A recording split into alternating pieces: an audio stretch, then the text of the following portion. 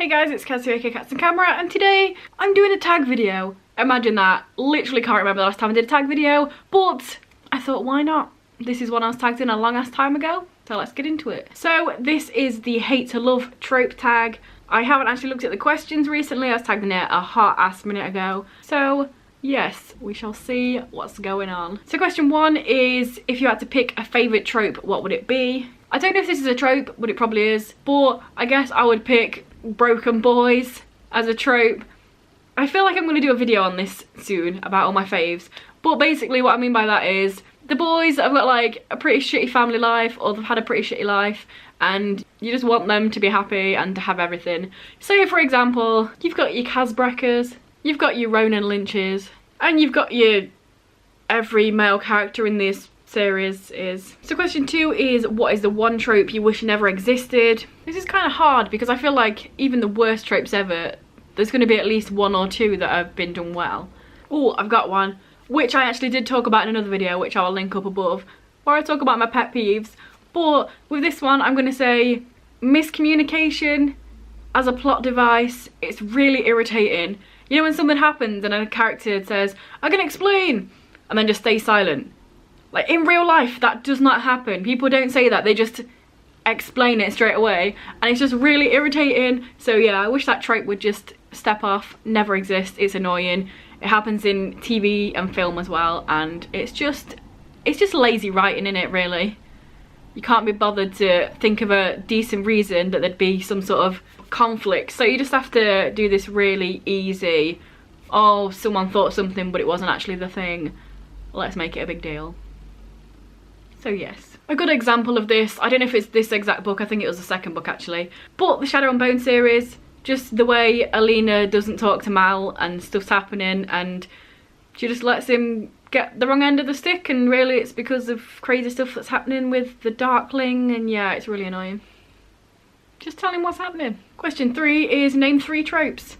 So, love triangle. Stupid. It doesn't happen in real life. Go away. The Chosen One. Sometimes it works well, sometimes it doesn't work well. Like a lot of tropes. And secret royals. It's just something I don't really care about. I don't care that you're secretly a royal.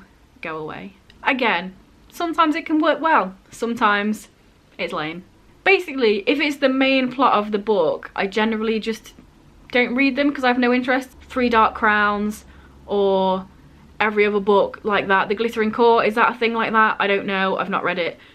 Those sort of things I just don't even pick up because I'm just like, nah. But if it's like a side plot, I don't really mind. Which I had to explain because Edion is my child. So question 4 is a multiple question, and it is, name a favourite book that happens to be within these tropes. So the first one is enemies to lovers. I mean, is there any other real answer than Andrew and Neil? Not necessarily enemies. Andrew hates everyone. The next one is The Chosen One. And for this one, I think I'm just going to say Rick Riordan in general. I just think he does this really, really well. Apart from the Kane Chronicles, I didn't like that. But his other series work. And the third one is Instalove. So this one's fresh in my mind because I recently watched Rachel's Reading Corner talk about it in a wrap up, and that is They Both Die at the End by Adam Silvera. I don't really see it as Instalove though. It's kind of like, you've got one day, obviously your emotions are going to be more heightened, so I feel like it's acceptable. So question 5 is, name a trope that seems the most unrealistic.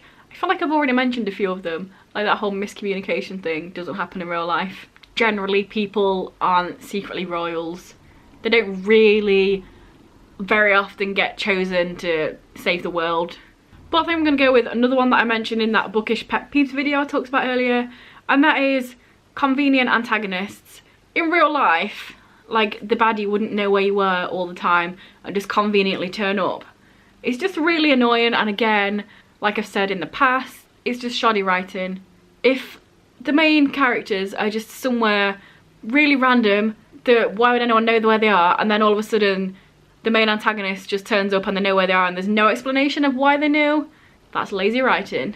It happened in Pretties by Scott Westerfeld quite a few times, and unfortunately, even though I do love him as an author and I did really enjoy this series, it happened way too often in The Knife and Never Letting Go by Patrick Ness. Like, in really irritating ways. the main character can hear everyone's thoughts, but for some reason the main antagonist just turned up and he didn't hear his thoughts first, and it was just really annoying because why would that happen? Yeah. Question 6 is, have you ever DNF'd a book because of a trope?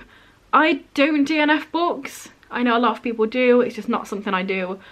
But I will say, I do want to finish this, but I got 170 pages into the 5th season by N.K. Jemisin. And I had to put it down because every other chapter is written in second person, and I fucking hate second person. It's like so irritating to read this. To the point where I was literally trying to read it as she and her in my head, which made it take longer for me to read because I just literally could not handle the fact that it was in second person.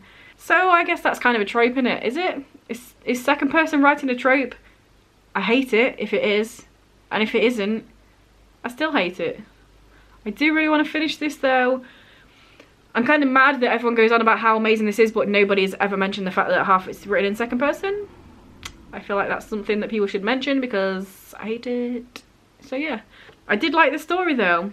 I thought it was really interesting, but it's just hard to handle reading this. And I own the second and third book because I thought it was really amazing because I heard so many great things and I was never told it was written in second person. So I guess even though I do plan on finishing it, it's kind of a DNF for now. And question 7 is, who do you tag? I don't know who has or hasn't done this tag because I was tagged in it a long ass time ago, so if you haven't done it, feel free. Here it is. The original by Lauren Thomas will be linked below, so definitely check that out first. So yeah, there we go, my first tag video for a long time.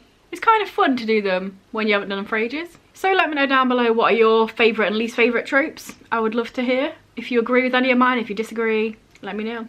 If this is your first video by me and you enjoyed it, then please check out some of my others. And if you continue to enjoy them, then please subscribe, that'd be awesome. Anyway guys, I'll see you in a few days with another video. Bye.